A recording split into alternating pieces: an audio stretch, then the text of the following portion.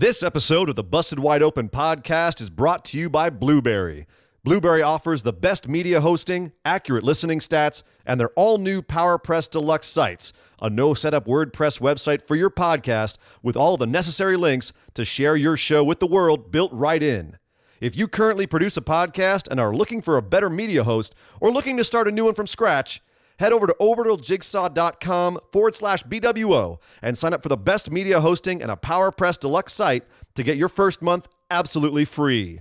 That's orbitaljigsaw.com/BWO, or just use the promo code BWO at checkout for your first month free. And with that said, enjoy the show. This is the Limitless Keith Lee, and I'm here to ask you to stop what you're doing, take just one moment, and bask in the glory of the Busted Wide Open podcast.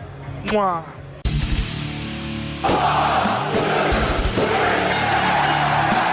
You're listening to the Busted Wide Open podcast, dropping the elbow on the hottest topics in sports entertainment and the world of professional wrestling. With your hosts, Nick Howell and Sir Ian Dangerous. Coming to you from the Orbital Jigsaw Network Arena in sunny Southern California.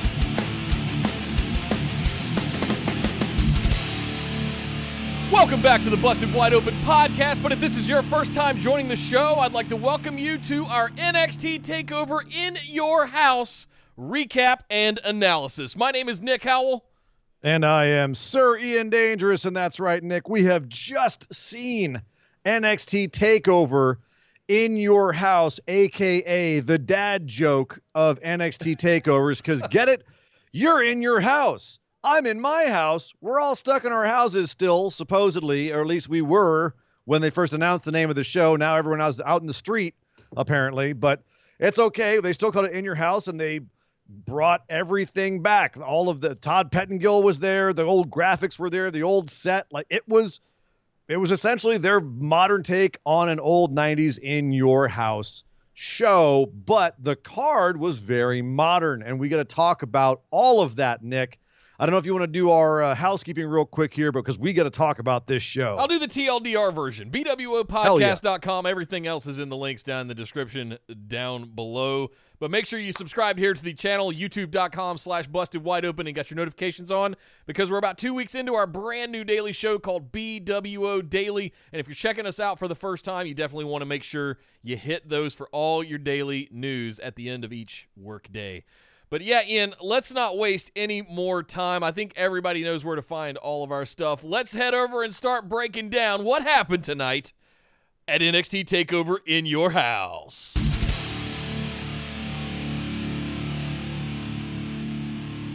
Well, right off the bat, Nick, I want to talk about the setup of this whole thing before we even get into the matches, because as we said, they brought back the old set. We had like the little door with the doorbell and the big, like the frame of the house. And, you know, again, we're still in front of a, how shall I put this, in-company crowd. They brought a whole bunch of the kids in from the PC and like the undercard of NXT, and they're all sitting out there behind the plexiglass. So it's still very odd to see all of this. Not hitting the mark. Not, it was weird. Yeah. But again, it wasn't all they didn't just bring back the set. They also had the graphics. They made the graphics modern. They had a little bit at the beginning with Todd Pettengill coming back and be like, yeah, remember me? I don't have the mullet anymore, but it's still me. My voice is still awesome and iconic. Where has he been? And he's still saying, oh yeah, call this 1-900 number to buy your merch. Like, it was all this throwback stuff. They even showed clips of old In Your Houses at the beginning, which kind of funnily enough only showed Triple H and Shawn Michaels and Kevin Nash, which was, I thought, interesting. The click be clicking still. But overall, Nick, what did you think of the presentation of this show? How everything was set up between the theme and the audience? Like, how was this? We all kind of like went, really? When they first said In Your House, how did it turn out? It was the set and the production of it. It was okay. I'm not over the moon about it. I like big, super massive Trons. Like back in October when they unveiled SmackDown on Fox and the all new Raw Tron that was like the half pipe with the flames coming out of it. Like, oh, that's a set. Holy crap. This was it was nostalgic. It was fun. It was like 1995 all over again. I felt those vibes of being a late teenager watching wrestling all over again with my buddies and pizza. So, I got some of that nostalgia vibe back. Apparently, they've upgraded the front door to have a Ring doorbell because you had a 4K camera or something on the front of it where you could see the whole ring and the audience and stuff. You had a couple. Yeah, we got a couple of shots where they hung on those shots too. Yeah. Like there's other points in the night where they were just avid farting and like Kevin Dunn editing. Like there was one time where somebody did a superplex and they had 3 different cuts in the middle of the superplex, and I was like, what are you doing? Yeah. In the middle of they had a cinematic match in this. Dream and Cole were in a cinematic match out in the parking lot, and they cut that like the editor of Taken 3 was on cocaine. So it was, hit and miss. But then that one shot, the door shot, they hung on. Overall, I agree, Nick. I thought that it was fun. My nostalgia was tickled as someone who remembers the In Your House shows, and I definitely had a nice little flashback. But the downside was I felt that sometimes it took away from the seriousness of it all. And there was certain matches I wanted to have more weight, and they didn't because that goofy ass set was sitting there. And I couldn't take it. Karrion Kross comes in with, doom and gloom and Armageddon, and there's a stupid house behind him, like a goofy little door set behind him. I'm like, it kind of cut the legs out from underneath. So if that took it away for you, what took it away for me was the weirdest thing. We've all been saying we wanted crowds back. We wanted some noise. We wanted rid of the deafening silence. There were some moments here. You mentioned the Karrion Kross entrance and everything, that doom and gloom entrance. And you had that kind of half-hearted fall and pray. It was like getting sung Happy Birthday at Chili's. Happy birthday. Just that half-hearted kind of stuff. So I'm in this weird spot where I'm like, I kind of don't want I'd rather have no fans than the half-hearted, offbeat fan crap and not pure energy that we're used to getting at the Performance Center. So what's funny is, dude, I actually I thought this crowd was more hyped than any crowd, any like what I call them prison crowd that I've seen, where you force the prisoners to all like come out of their jail cells and work. They're a captive audience. They work for the company. It's like you go and sit there, or else your contract is under review. Maybe you won't get that big spot. Like this, they're kind of being forced to be there. And this was the most lively they've seemed. And maybe it's because it was an NXT show, but they had chants coming out of nowhere.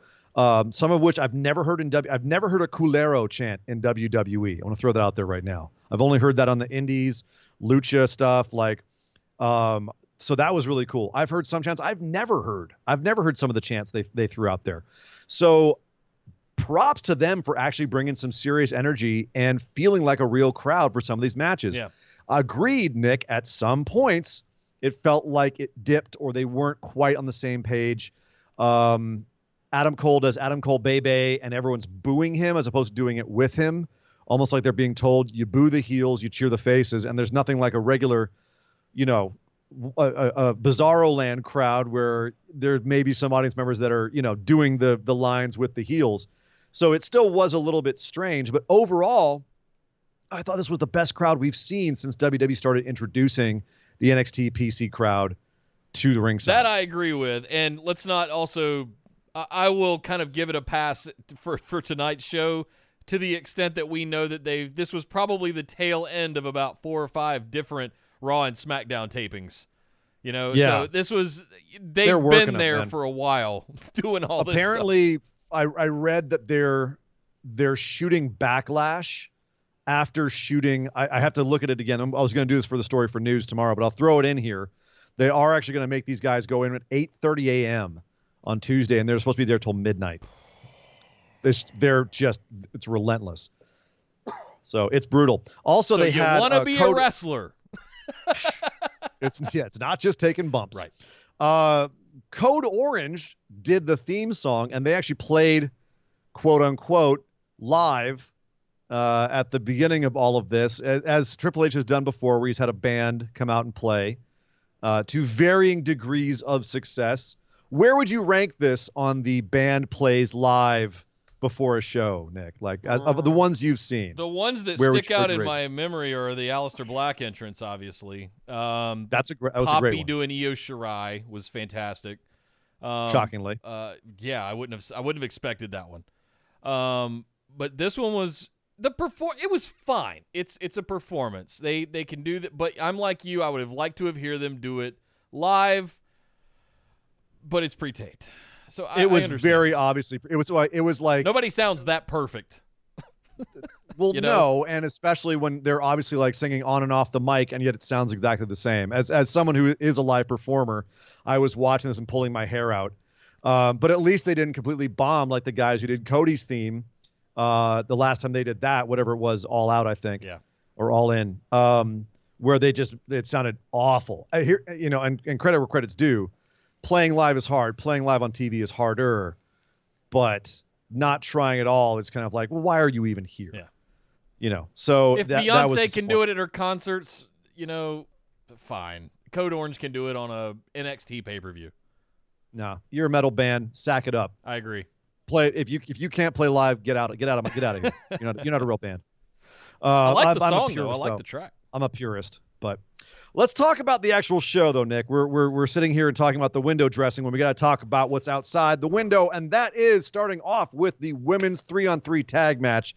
Mia Yim, Tegan Nox, and Shotzi Blackheart coming to the ring in a hurt tank versus Raquel Gonzalez, Candice LeRae, and Dakota Kai. Nick, I think the best way we could describe this was, kind of every woman got her shit in. It was your typical 3-on-3 match where pretty much everybody's a singles wrestler. Everyone gets in, they get their shit in. You deal with a couple of the existing feuds towards the end of the match, like Tegan Nox, Dakota Kai, Mia Yim, and Candice LeRae. Candice and Mia end up brawling off the set into the back, so that's obviously still open-ended. But Tegan ends up manning up or womaning up and getting a pin, a clean as whistle pin on Dakota Kai, possibly finally ending that feud. Do you think that that's over? And was this match where it was all kind of everyone was thrown together at once, was that the proper way to end it if so? No, I don't think this is over. I think this is a continuation of a story that's going to break back off into individual singular feuds. That's how it all eventually kind of came together, and one tripped over the other one, and they all ended up in what we got tonight. But I think it's going to break back down. I think Mia Yim and Candice LeRae still have beef. I think Gargano and Keith Lee are still going to have some beef. We'll see how all that shakes out. But I still think there's unsettled stuff between Tegan Nox and Dakota and Raquel that I don't think got settled in a 6-woman tag match. I still think that stuff needs to be blown off, even though they've tried to blow it off a few times. I think there's more to do here. This was fantastic. What a great opener for a pay-per-view. It's like being shot out of a cannon and watching them watch everybody, like you said, get their shit in and go crazy. But I thought this was a great way to kick things off. Well, absolutely. And it also says something that you can have a match like this, which is essentially organized chaos. And it's very easy for things to fall apart and for the cracks to show. And they really didn't for the most part. No. Like all of these women were right on the money. They were right where they're supposed to be at the right time. They all looked and felt different. If you had just come in out of nowhere and seen this, you'd have instantly been like, all of these women are individually interesting for different reasons. Agreed. And you couldn't say more about the quality of the NXT women's division than having a 3-on-3 match where everyone felt special. So right Well there, said. Special and unique. So, and all their stuff looked good. So yeah, that's really the best thing you could say about it. And to have a match that essentially is, I mean, I don't want to call it a throwaway match, but it really didn't have any major stakes or anything. There was a couple of feuds that were ongoing in it, but it wasn't like you didn't open the show with the Intercontinental match. You didn't open the show with the North American match or anything. You opened with a 3-on-3 match where there's a couple of simmering feuds. And it just happened to be a baller match with a bunch of women who went out there and kept it exciting from start to finish. So you and I both, because we thought it was going to open the show, we both called that the faces were going to win. Well, they I did indeed. kind of talked you into that one.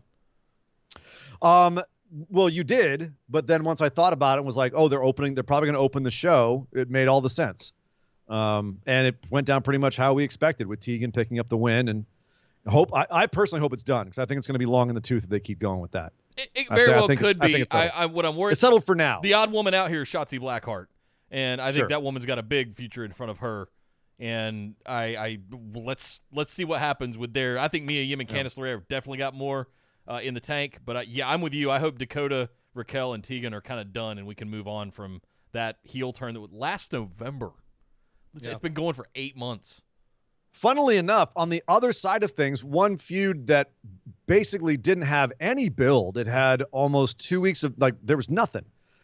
Finn Balor got attacked. We didn't know who it was until a week or two ago. Found out it's Damian Priest. Damian Priest comes out, hits him in the leg, and all of a sudden we have a match. But then it turns around, and this match ends up being one of the sleeper matches on the show. And if it wasn't for the match after it, it would have been the sleeper match of the. It would have been the sleeper match of the show. It was awesome. Damian Priest versus Finn Balor. And you talk about pace. I thought the opening match with the women was at a fast pace. This was just relentless. Yeah. These dudes just went ham for like 15 minutes. It was awesome. It inarguably, Nick, and correct me if I'm wrong, inarguably the finest performance from Damian Priest since he's been in NXT. Agreed. The best he's looked. Agreed. Singles or triple threat or anything. And they didn't even do big fancy moves really. And I think we're longtime fans of Punishment Martinez here on Busted Wide Open, so seeing this finally come out of him when we knew he had it in him the whole time, that was kind of the yes, finally he's there's getting our the boy. shot. There he is. Turn his gimmick up to 11 is my only thing. Yes, and exactly. Kevin Dunn. Do it. After the end of the match, we had Prince doing finger guns, and we had Damian Priest pulling his hands up to shoot a bow at him. We were going to have that shot, and you cut away from it.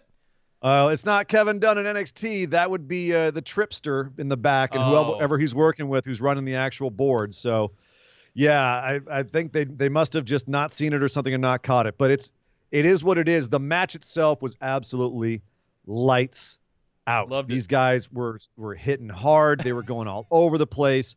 And honestly, the finish I loved because I felt like he felt like a legitimate threat to Finn Balor. Mm-hmm. And I wanted to keep him looking strong, to keep him looking like a legitimate threat to anybody else.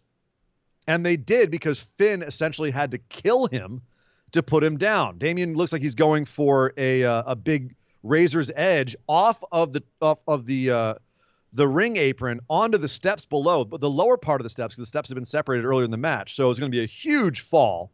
And it would have been an absolutely lethal bump if Finn had taken it. Yeah. Thank God he didn't, but instead got back in the ring, kicked Damian off of it, and Damian took the bump backwards onto the stairs, which was still hellacious. And the sound of his body hitting those stairs, Nick, will haunt me. I can still hear it. Whoop. That thump. Like this. It was like thunk. It was like deeper than a thud. It was a whood. It was just a side of beef hitting steel. It's If you've ever taken an aluminum baseball bat and hit a side of beef hanging in a slaughterhouse, that's kind of what it sounded like. Yeah. Because I know you've all done that before. Sick. Yeah, right. Not all of us have the weird side projects you do, Nick. No. Over in the chat, a super chat. Thank you, Esmeralda. Esme, thank you, love. $2.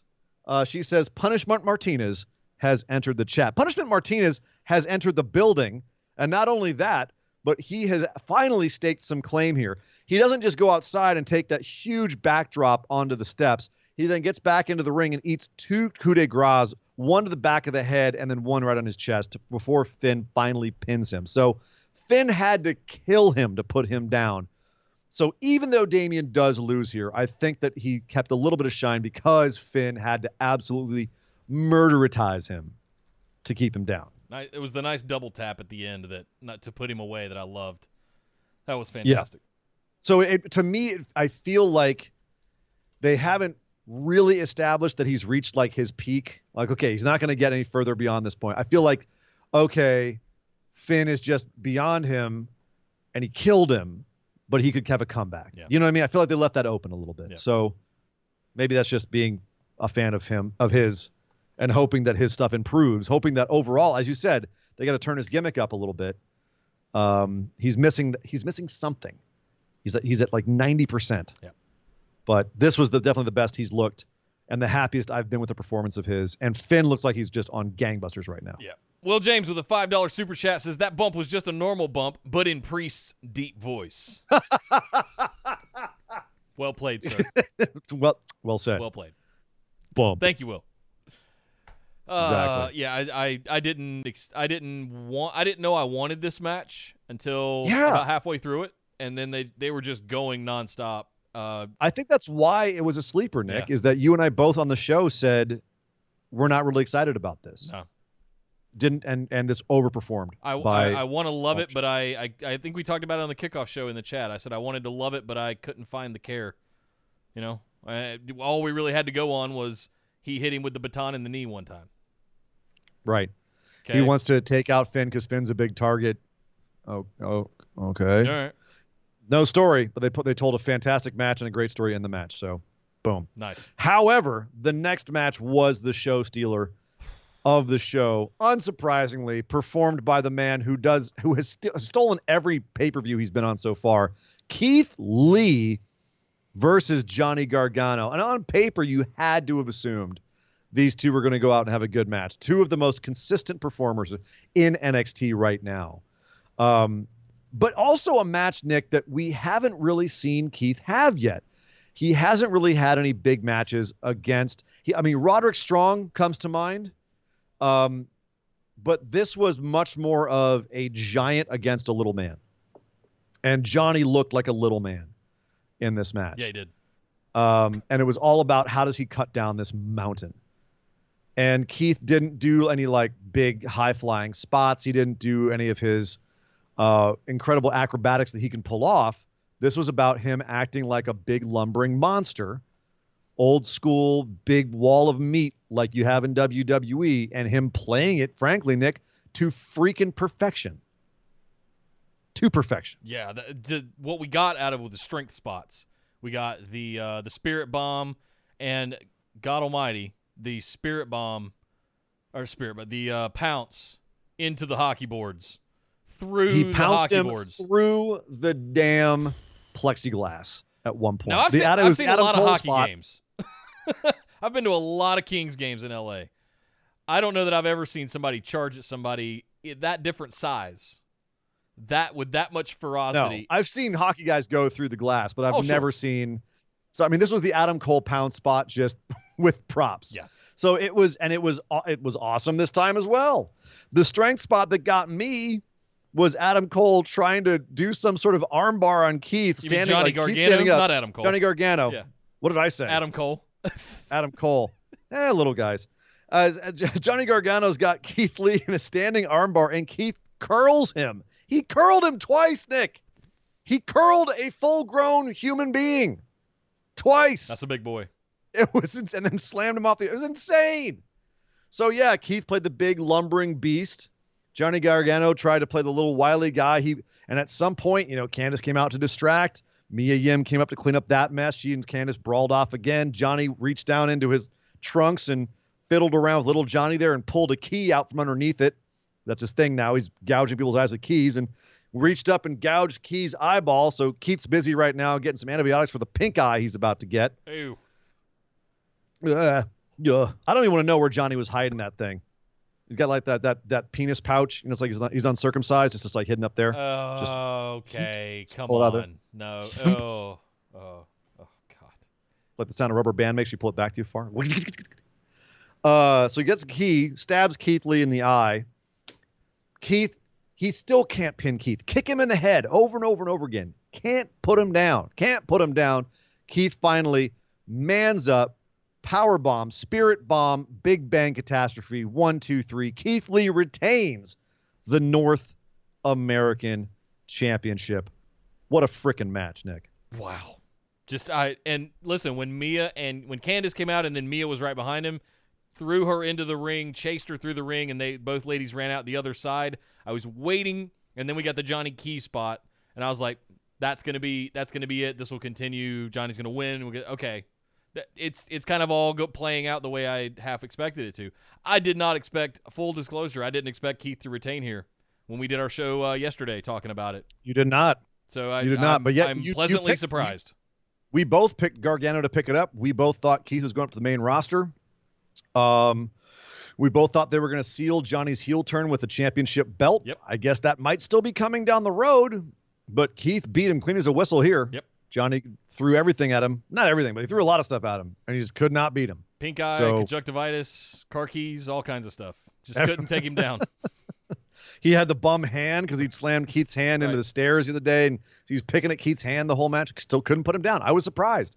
I thought they'd given Johnny everything he needed to take out Keith and still protect Keith, but no. So sweet. All right. I'm very curious to see how they ultimately take it off of Keith at this point, because now he's had some good defenses of it. He's looked great with it. Obviously, I love our boy being champ, so I cannot be mad at this at all. The only downside is I wonder if this undercuts Johnny's heel turn, because now he can't get the job done on the big stage. Maybe they just switch the focus over to Candice for a little while and let her do her thing with Mia, and Keith comes out, and then Keith and Johnny have their thing outside the ring, much like Mia and Candice typically would. So let's see if the focus shifts over to Candice and Mia for the time being. That's my hunch, is what we'll be going to. Give them some screen time, give them some shine, and just keep the feud hot between all four of them. So I think this is not a bad outcome. It was a fantastic match. It's not what I expected, but it's just a fantastic match. It isn't. I just was thinking back to the match at TakeOver Phoenix, I think it was, where he beat Ricochet for the North American title to cement his heel turn then. So that's kind of what I was looking at here, but I guess they have a different plan this time. Yep. They don't want to try to repeat history. So fine. All well and good. But then, of course, we had the Velveteen Dream and Adam Cole match. In the back lot, I guess, we had a bunch of cars out in a back lot. It was a Latino heat, man. Studio back lot, all pointing in the middle towards the ring with their lights on. Apparently, when they filmed this, the rain was a problem. It was actually raining. They had to wait. They had a rain delay, and you could see that a couple of times in this match, that the rain was an issue. But this was a quote-unquote cinematic match where it was obviously pre-taped and they had edited the hell out of it.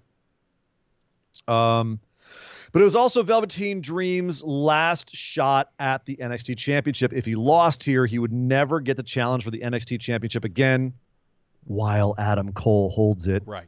Is the caveat.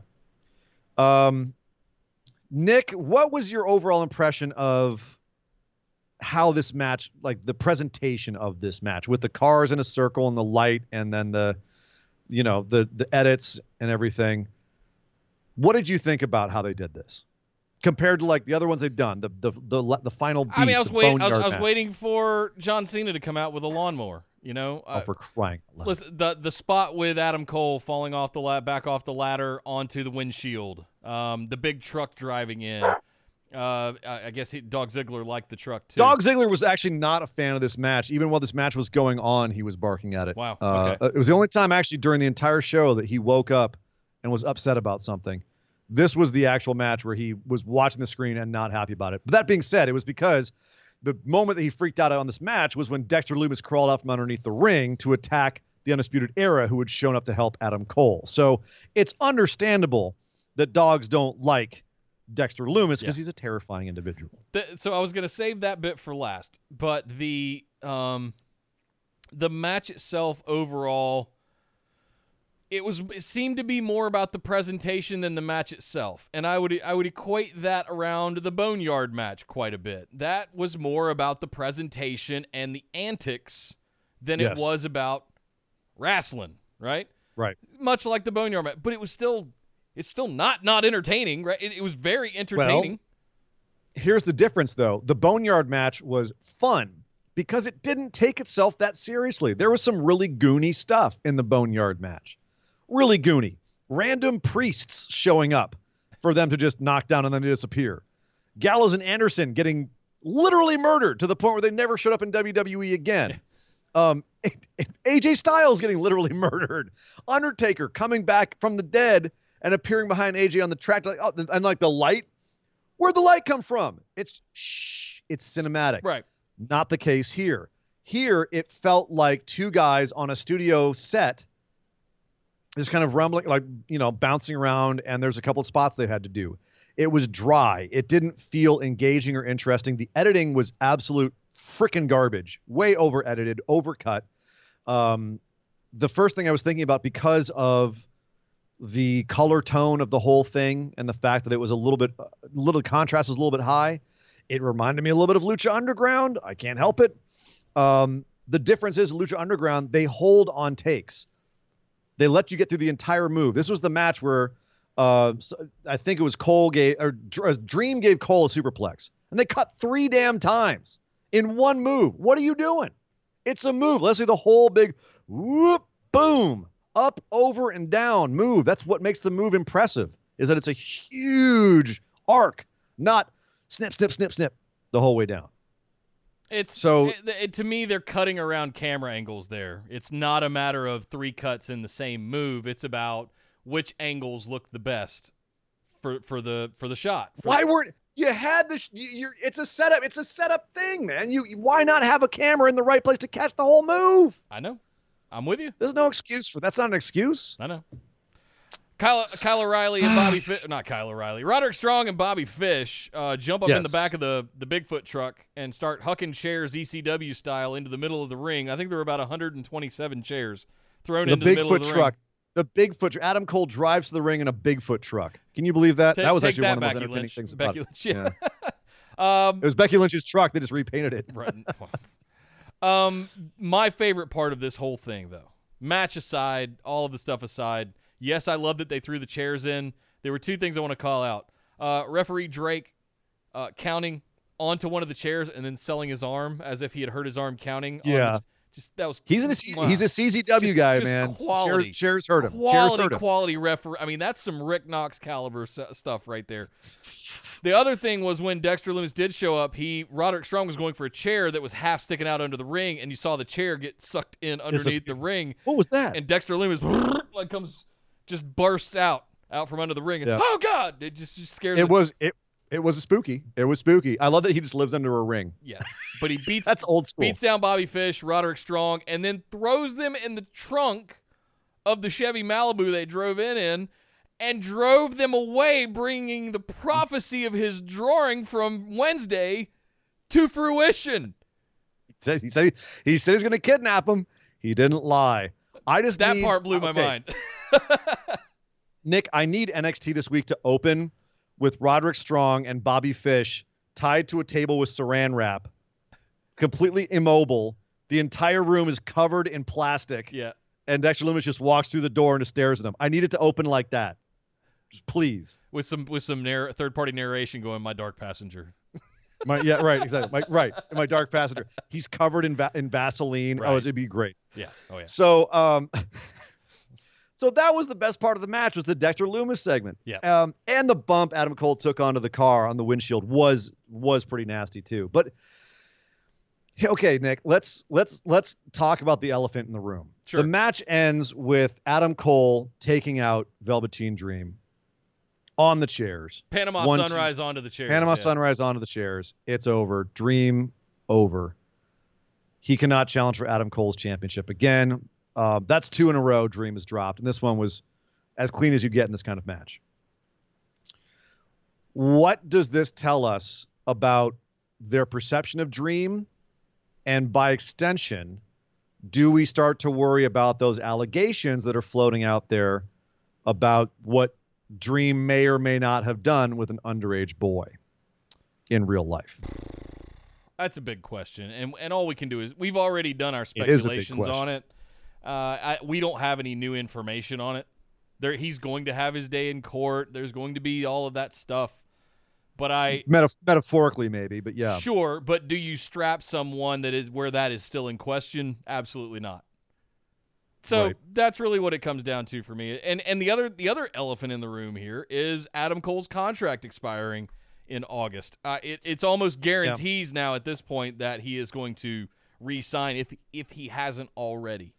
There's been some counter rumors saying that his contract's actually for another year or so. So now whether his contract is actually up in August has been thrown into doubt. That being said, the sources for those are a little scurrilous as well. So it's all up in the air. Who knows? But that being said, I would say that Velveteen Dream never felt like, to me at least, and maybe I don't know how the universe feels about this, but Dream never felt to me like a legitimate contender for that title. He has in the past. There's other times in the past that Dream has felt like a legit contender for the NXT title. But for whatever reason, the last 6 months, even before the allegations came out, he just didn't feel like he was there. Yeah. He wasn't as connected with the crowd when we still had one. The gimmick isn't as fresh. There's not the sparkle's gone a little bit. But there are a bunch of other guys who do feel like they're ready to come for Adam Cole's title. A bunch of them. And I think that there's a couple right off the top of my head. One of them beat Damian Priest, and that's Finn Balor, which makes him a legitimate contender. And the other one had the next match, which was Karrion Kross versus Tommaso Ciampa. But before we get to that, Nick, you picked Dream to pick it up here. I did. What do you feel about him not winning it? Very telling.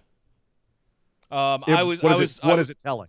It's very telling in that I thought this was going to be either he's getting called up or he is effectively getting removed from that title picture altogether. And I think he almost haphazardly got into it in the first place when he was having the feud either earlier this year or end of last year with Roderick Strong, when they set his couch on fire and then he was doing some stuff, like all of that stuff, right? How it got from Roderick Strong in the North American Championship to all of a sudden the NXT title, basically out of nowhere for no reason, and we've all kind of, waddled around going, what in the hell is going on for the last 3 or 4 months with this? I don't know. So it was very telling to me that they don't want Velveteen Dream to have that title, at least not anytime soon. And it was a way to get out of what the corner that they had booked themselves into with this whole thing over the last 3 to 6 months. So that was my big takeaway on it. Yeah, it just seems like a lot to go through for that. They could have just said that the last match was the last match. Okay, you don't get the title again. So having it come back again was a little bit weird. Yeah. Do you know what I mean? Yeah. So that match happened, and I did pick Cole to retain because I think that someone who's coming for his title next is Karrion Kross, who had the next match with Tommaso Ciampa. And Nick, if you recall, I called a squash on this. Yeah. I said this is probably going to be a squash match. They are so high on Karrion Kross. If it's not a squash, it's going to derail that momentum. And while I wouldn't call this a squash, Nick, I would call it a dominant performance by Karrion Kross, absolutely lambasting Tommaso Ciampa, beating him pillar to post, suplex after suplex. Ciampa got a little bit of a spot at the end with the Willow's Bell draping DDT, a little bit of a comeback, but that was quickly squashed by a freaking F5, and then a cross jacket, and Tommaso went to sleep. He went night in about 6 minutes. Yep. So while I'm glad they gave Ciampa at least a little bit of something, if this wasn't like an absolute enhancement talent, no-name squash, this was about as much of a squash as you're going to get on a former NXT champion. Yes, I agree with that. This was a big statement. Ciampa got just enough offense in to, not make it a squash. Right, exactly. But it effectively was. I love Tom Phillips invoking the Beast Incarnate a couple of times to call out that F5. They didn't really call it an F5. To be clear, Karrion Kross is built like a brick shithouse, has a great moveset, is very talented, and is going to go a long way. Yeah. He's not Brock Lesnar. He's not Brock. He's more of a. I see a lot of Randy Orton in him. I see like a more powerful, more agile maybe. Randy Orton in a way. If Randy and Brock had some sort of weird mutant love child, sure, with bad Aleister Black tattoos, then yes, I can see that. Like Lance Archer tattoos. He actually has stayed away from the tramp stamp area. I've actually noticed, Nick. So maybe not so much, but. I know what you're saying. Yeah. Real quick to the super chat. Chris, 1978, $10. Thank you very much, sir. Thank you, He Chris. says, hey, yo. Yeah. Hey, yo. Say goodnight to the bad guy. Say hello to the bad guy. And then Line Drive Kyle with 199 says, this takeover for me was righting the NXT ship. For the most part, I would agree with you, Kyle. I think that there was a lot of ending of feuds or finishing up feuds, tying up the loose ends that have been kind of flapping in the breeze ever since the quarantine hit and they've lost the crowds. They put some rockets on some people that needed them. There was a lot of clicking into place on this. And one of them was having Karrion Kross get that big old stamp. Like, yeah, he just beat freaking Tommaso Ciampa. And frankly, honestly, I don't think we're going to see too much more than this kind of thing out of Ciampa in the future. He's winding down his career. That neck he's got a limited number of bumps. He's already said he's never going to the main roster. I have a feeling he's going to be Please don't a apron presence. bomb Tommaso Ciampa anymore. I almost had a heart attack. Please. I can't watch another Ciampa 24 or 365 with him talking about getting his neck and watching that dude. I can't. Let's please be careful with the people that have had these restorative neck surgeries. Yeah. Please. That was like a plus. It was like a plus or a -3 to his bump count. Was that apron bomb? But yeah, okay. Let's also talk about Karrion Kross real quick because here they are marking him. He's a marked man. They're saying, yeah, this is our dude. Road Dogg even putting him over in a conversation about Adam Cole this week. All right. His entrance. This was one of the spots where I was like, the first time I saw his entrance, Nick, I'm like, wow, this is really cool. How do you replicate this over and over and over again? How is this going to work on the main roster? How is this going to work in varying situations? You can't do this every time. And it's so specific and so theatrical. It's not always going to work. And here's one, Nick, where it frankly was a little bit, it just didn't quite work, at least for me. It was a little goony. What was it about? They come out and they do the typical thing, the blurry bird flying on the Tron and the smoke and everything. And Scarlett is in this insane bodysuit. And out comes Karrion Kross. He's in a hood and he's looking really intimidating. And he's got very, very like overdone facial expressions. And he gets in the ring and it's all apocalyptic and everything. And there's a freaking goofy house set in the background. And then the whole thing ends. And there's so much damn smoke in the arena that when Tommaso Ciampa comes out, he actually looks more epic getting to the ring than Kross did. He comes out in the smoke, and the smoke reveals Ciampa coming out of the door. He just walked out, and it looked more epic. So it made me worry about that presentation of Kross, because you can't rely on that entrance too much. And if we've learned anything about the main roster, is that they ruin entrances more than they ruin call-ups. Yeah. And that entrance, if not done 100% right, is just weird. Yeah. It's almost as weird as Scarlett's over mouthing the words of the song. I respectfully disagree on this one. Fair enough. Give me your reason why. When I see big theatrical entrances like this, I immediately go to what's that going to look like at WrestleMania in a few years. I think it's going to look fantastic.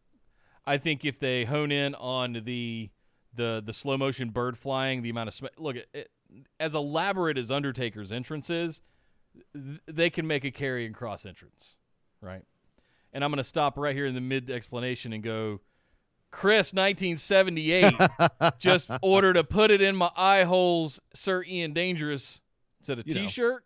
I guess it's a T-shirt. Yes. Dog Ziggler sends his thanks as well. I hope you enjoyed your delivery via Nick Guard 1. Nick Guard 1 on screen here. But no, going back to what we were talking about, we could sit here and probably talk for an hour about the entrance and all of that. He just literally eviscerated one of the guys that has been the hottest thing in NXT for the last 2 to 3 years. Thankfully, not literally. This would have been a rated R. I understand. Pay-per-view. Hashtag PG era, right? Okay. But I mean, figuratively. He figuratively eviscerated. Figurative. Yes. I know, dog. I know. Ziggler, Grammar. yes. Grammar, Nick. Yes. He's a grammar Nazi, this dog. But that aside, the entrance that we were talking about, I think will look fantastic. If they can get it on a big enough screen, they can pump enough smoke, all of that stuff. I think it's going to look fantastic. You can have Scarlett doing her thing, dancing around, lip syncing to their song. I don't know how many times you can say fall and pray down the WrestleMania ramp for half an hour. but that's the stuff I worry about. Feel like they're setting the stage for an Undertaker entrance, and he needs more accoutrements. He needs more knickknacks. He needs more details. Details would be the word I would use for it. Undertaker has a lot of details to his outfit, to his character. He's gone through a bunch of different phases of it, and there's always a lot of details to everything, and a lot of them have meaning.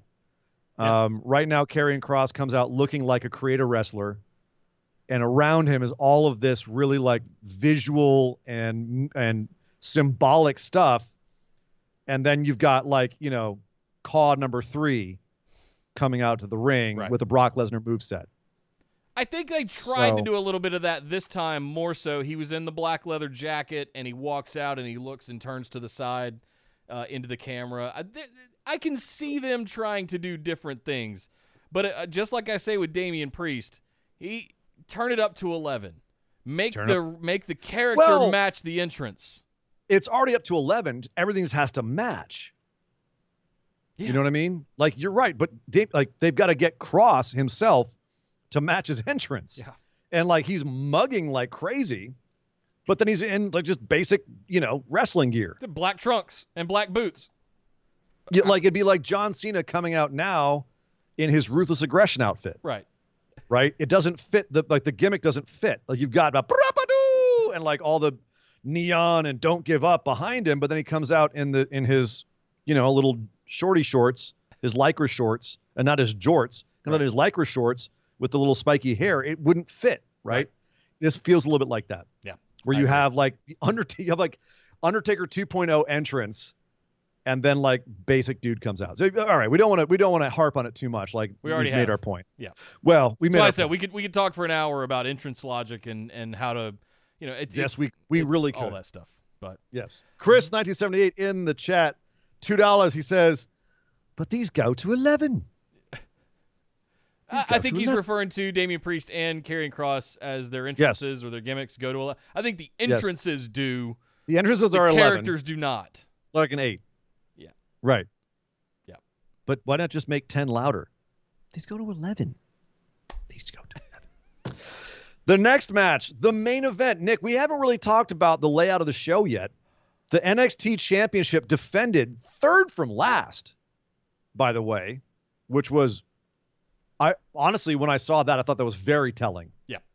In a lot of ways. That they didn't put the cinematic match or the NXT Championship last. The women opened the show, the women closed the show. Which, when they did play the NXT Championship match, I was like, oh, shit, they're doing this one already? Oh, Dream's definitely winning then. See, that was kind of my thought. My thought was, oh, Dream's definitely not winning. Yeah. And that means the title's changing hands. Also because no other title changed hands on the show. Right. And if you don't have at least one title change hands on a pay-per-view these days, it's a glorified house show. Yep. Saudi Arabia. So we go into the final match, Charlotte Flair versus Io Shirai versus Rhea Ripley for the NXT Women's Championship, with that hanging over our heads. And they end up putting on, I would say, Nick, a very fine match. It was absolute mwah. It was exactly what it needed to be. Couple of little I like the most extreme of nitpicks here and there, especially that setup right at the end. I don't know if we need to spend too much time talking about this, and I don't know if I want to spoil that for the people that haven't watched this yet. But I mean, this was when they were coming out, I was looking at it and I was going, okay, it's 9 p.m. We've been here 2 hours. Let these ladies have a 30 to 40 minute knockdown, drag out. Bring in weapons, use the house set, use everything. Please don't let this be over in 15 minutes or less. We need this match of these three ladies to be massive. We need this to hit hit on all cylinders. And they did. They hit everywhere. They went out and threw each other into the barrier. As you said, Nick, we went back and up into the set. Rhea threw Mitch the houseplant at Charlotte at one point. Io went through the set, but then somehow ends up on top of the damn house and doing a crossbody onto both other ladies from the top. All over the place. Nice catch, too, ladies, by the way. And then in the ring as well, they were smacking the crap out of each other. Charlotte at one point gets a kendo stick and just lays into both of them. But the big surprise here, like, we figured they were going to put on a good match. And we'll get into our nitpicks about the actual match in a second. But the finish was, and Jeff Hardy's somewhere smiling, Charlotte puts Rhea into the figure 8. Looks like it's going to end just like WrestleMania, when we see Io Shirai on the top turnbuckle coming off, big moonsault onto Rhea's face.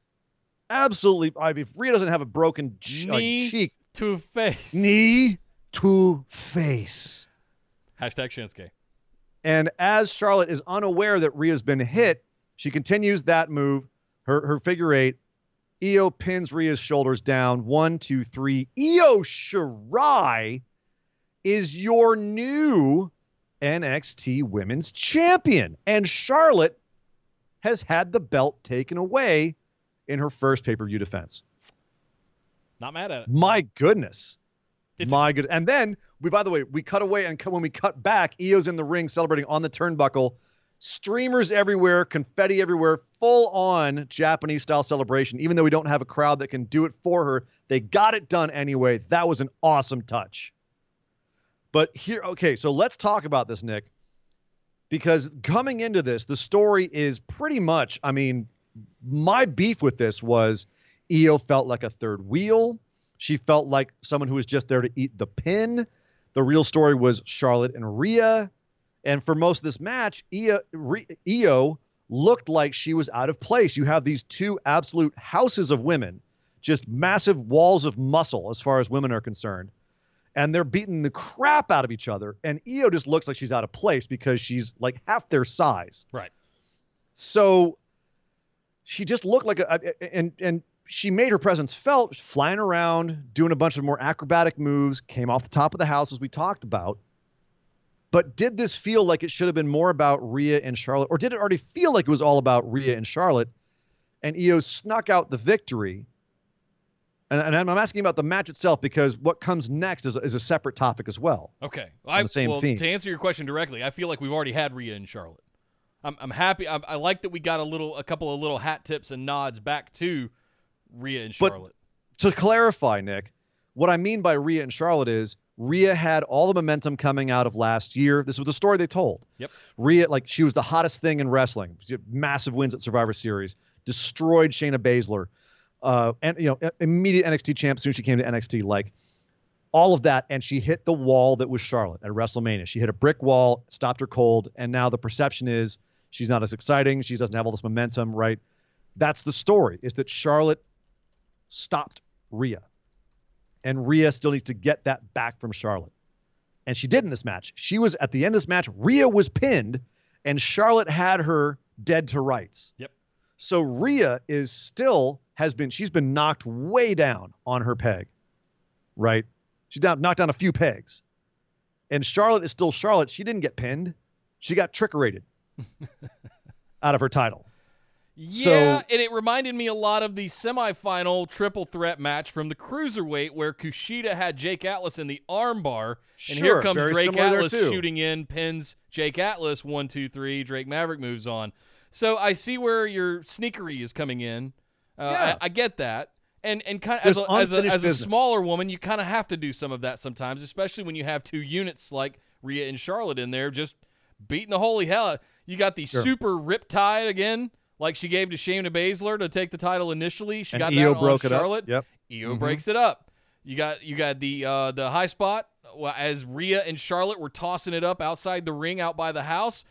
Io climbs to the top of the roof, crossbodies both of them, breaks it up. You have sort of a botchy figure 8 in process right at the end of the match, and Rhea is about to tap, it feels like. Io breaks it up. So, yes, did it feel like that Io was constantly fighting upwards? Yeah, and I think that's going to do her well. I think that's going to be... But does it solidify her as big of a champion as Rhea and Charlotte? No, because I think it's a different kind of champion. But I liked the celebration. I liked the way this was done. I think that Io and Rhea... Charlotte can go chase Bayley now. As I called on the show the other day, I think that Charlotte's going to go chase Bayley now because they had that little beef session on SmackDown. Mm-hmm. They just put the SmackDown titles, or women's tag titles, on Bayley and Sasha, and Charlotte can go get the SmackDown Women's Championship. I agree. Let Rio, that's what I'm going to call him. Her name is Rio, and she dances in the sand. Let them go to war. I want to see absolute war, trash talking, all kinds of stuff for that championship between the two of them. Let's let NXT be NXT. Charlotte, thank you for your service. You may go. And that's what I'm thinking about it. But here's the problem with that, Nick, is that then Io has scraped out this match only to hold on to that title until Rhea can beat her for it, and then Rhea still has the mountain that is Charlotte she has to climb at some point, and that's way off in her future. Yeah. Io still ends up being a transitional champ in that sense. I think that Rhea has to go away from Io for a while and do something else.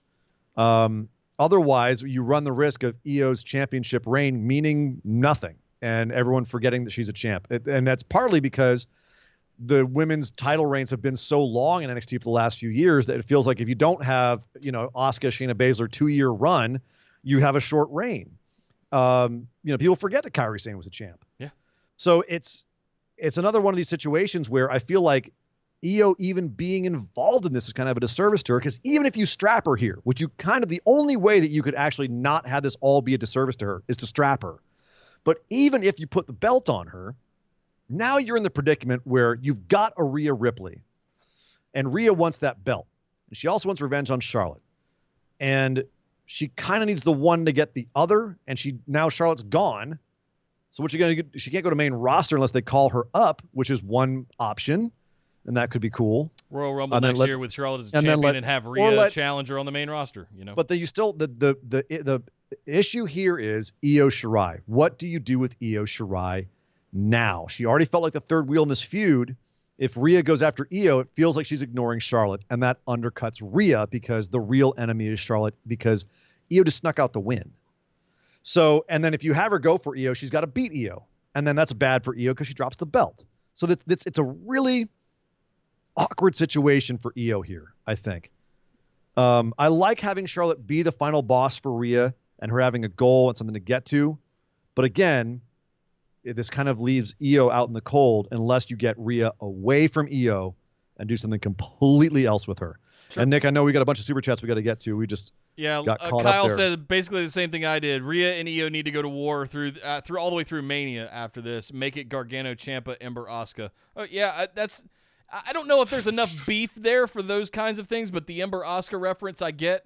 Throw a little Nikki Cross in there too during that time, and you've got a really fun women's division, and I think they've got the women to do that. Throw a Dakota Kai in there. Yeah. Have Rhea go somewhere else, do something else, but the issue of Io Shirai and Charlotte simmers for a long time. But have Io do other things. You have a huge women's division. Have Io do other things for about 5 months, 6 months. Yep. Have Rhea do other things. Don't have them immediately go back to each other, because then that really undercuts one of them, because one of them's got to lose, and that's not good for either of these women coming out of this match. No. Thank you very much, Kyle, for the $5. Also, Esme with $2 said, love everyone being obsessed with Rhea's boot. She had one white boot on. I'm assuming one white boot, from the WrestleMania match. Yeah, one white eye, one white boot. Thank you, Esme, for the $2. Appreciate it. Yeah, we assumed the white boot was the foot that was she was tapped out on at WrestleMania, and that she was wearing her scars. But what do you make of the slipped out foot on the figure 4 at the end of the match?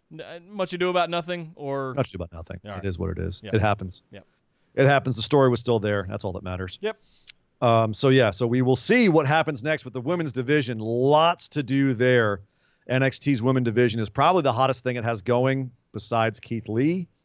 So overall, Nick, as we get to the end of this, you picked Io to win.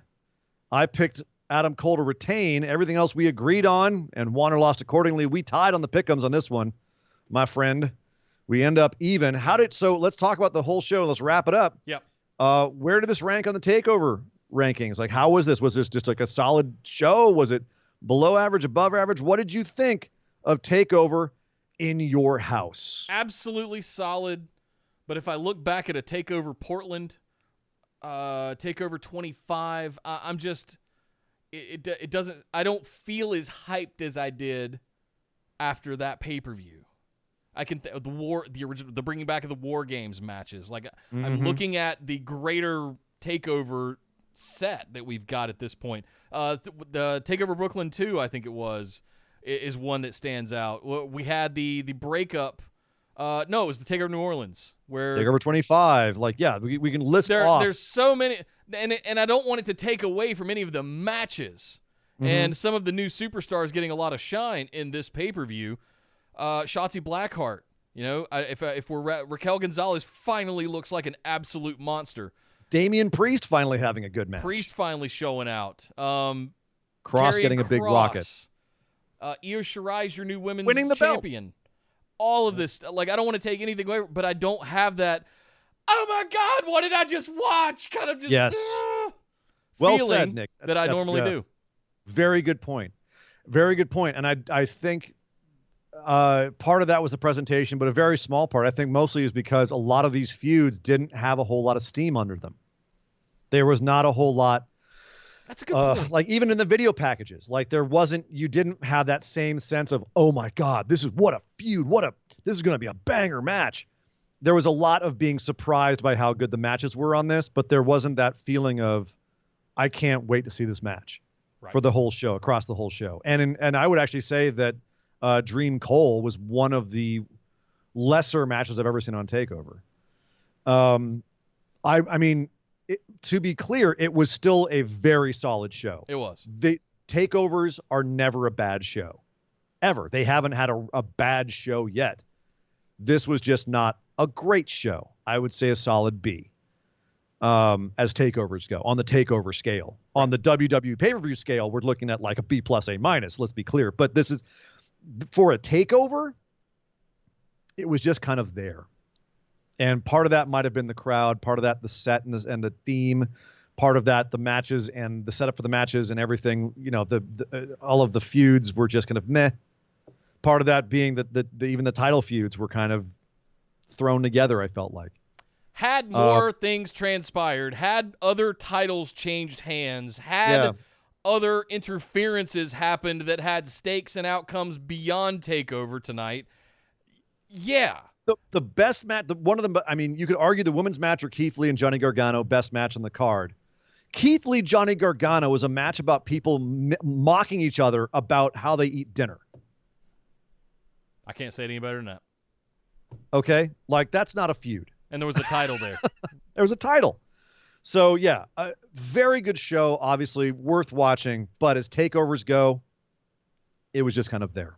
Yeah, and I'm wondering if that was also a little bit of they just kind of threw it out there. And again, I like the idea of trying new stuff, especially during these trying times. I don't fault Trips or Sean or Regal or anybody else for wanting to try to bring back something like this. So we know Cody is trying to revive Bash at the Beach, right? The old pay-per-views to get some of that lapsed fan nostalgia, all that. Sure. It's a decent idea to try it in your house to bring back some of those same kind of people. Was it the right one? I don't know.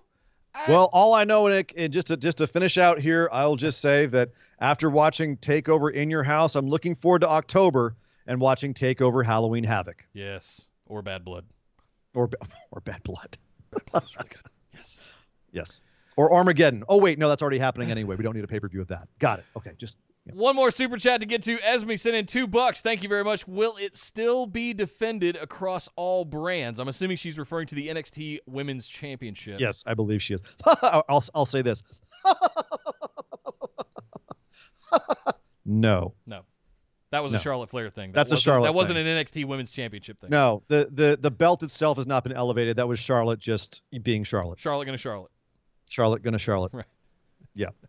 I wish they would have belts defended across brands, but apparently that's only the NXT belt and not the Raw or SmackDown belt. So it does make sense to keep it on NXT because that's the rules for all the other belts.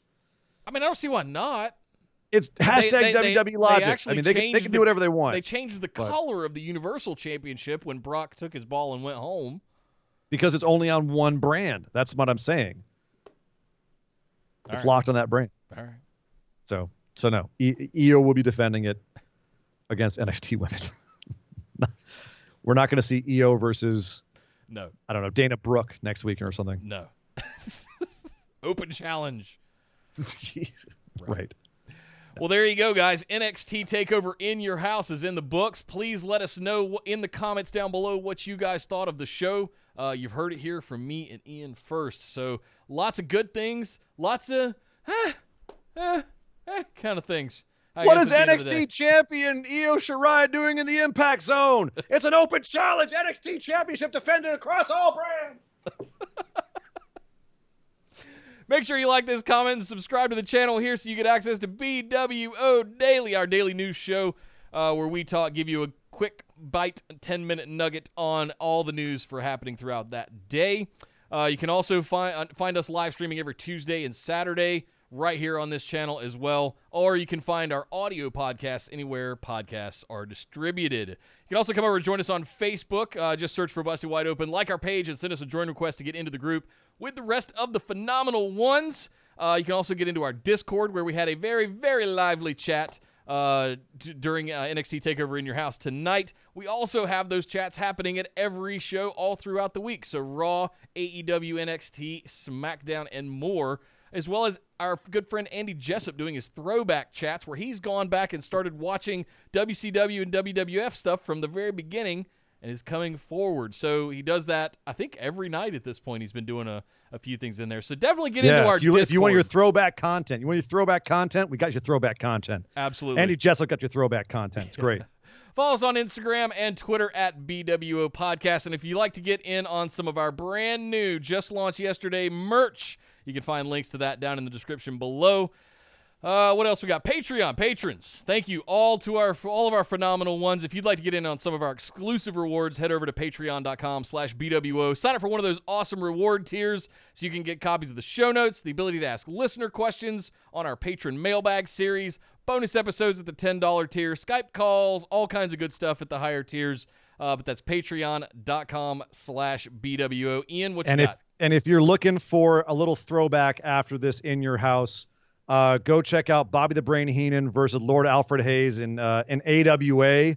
After hearing the Lord Alfred Hayes knockoff doing the commercials for this in your house, I had a big old flashback. So yeah, Bobby the Brain Heenan, Bobby Heenan versus Lord Alfred Hayes in AWA. Mwah, good stuff. Throw us a like on this video. Make sure you share it with your friends that have watched it. Don't spoil anything for them. But my name is Nick Howell. You can find me on Twitter at DataCenterDude. And I am Sir Ian Dangerous. You can find me on Twitter at Sir Ian Dangerous. But my God! Would somebody stop the damn match?